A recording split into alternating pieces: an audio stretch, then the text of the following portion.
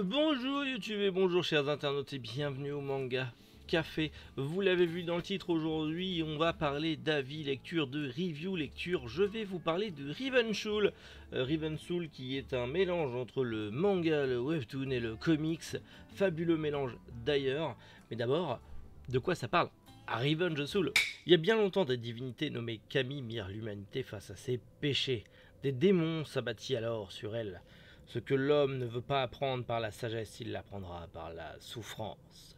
Parvenant à vaincre l'enchéance démoniaque, les peuples se protégèrent au sein de gigantesques forteresses. Seulement, des années plus tard, le mal réapparaît. Alors le synopsis comme ça a l'air grandiloquent, ça ressemble un petit peu à l'attaque des titans avec des gros démons vilains pas beaux. Et bah, pour l'instant ce premier tome c'est pas du tout ça. Alors, pour l'instant, ce tome est très bien, mais ça s'installe. Et ça prend son temps. Et dans un sens, c'est bien que ça prenne son temps.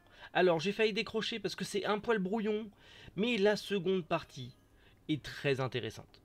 Dans ce tome 1, on va plutôt y suivre Itsuko et son maître dans déjà des missions d'assassinat, mais surtout dans une mission, une sorte de complot politique pour l'éradication d'un clan.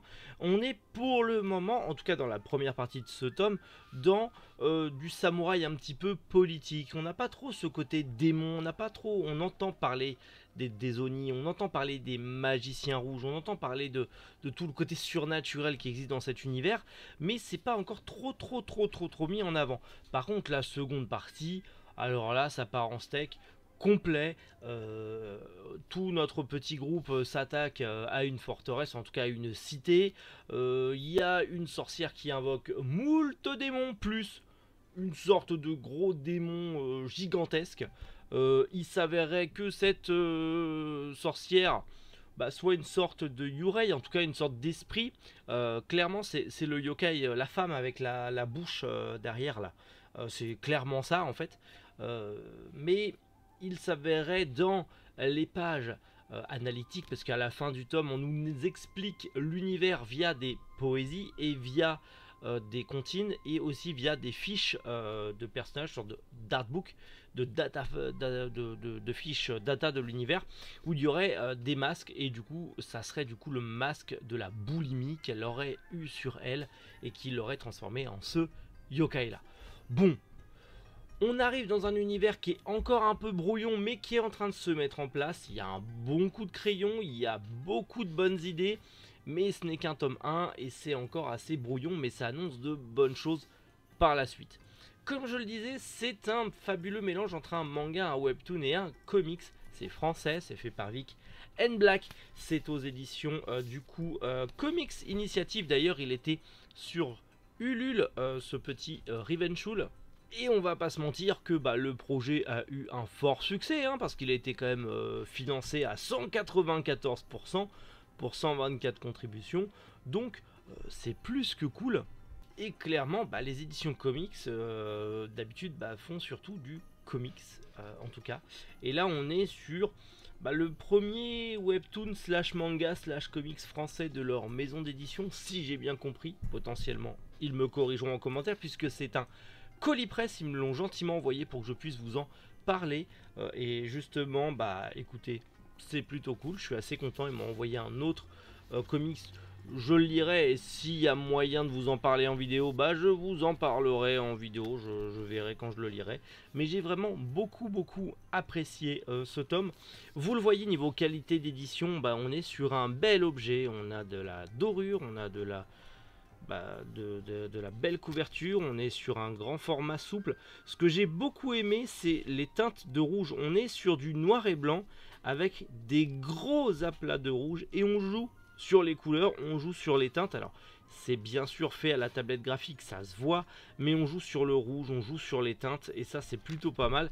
Et ce que j'ai surtout adoré, c'est qu'à la toute fin, on ne joue plus avec le rouge, mais on joue avec une autre couleur bien dominante aussi, et ça personnellement j'ai vraiment apprécié.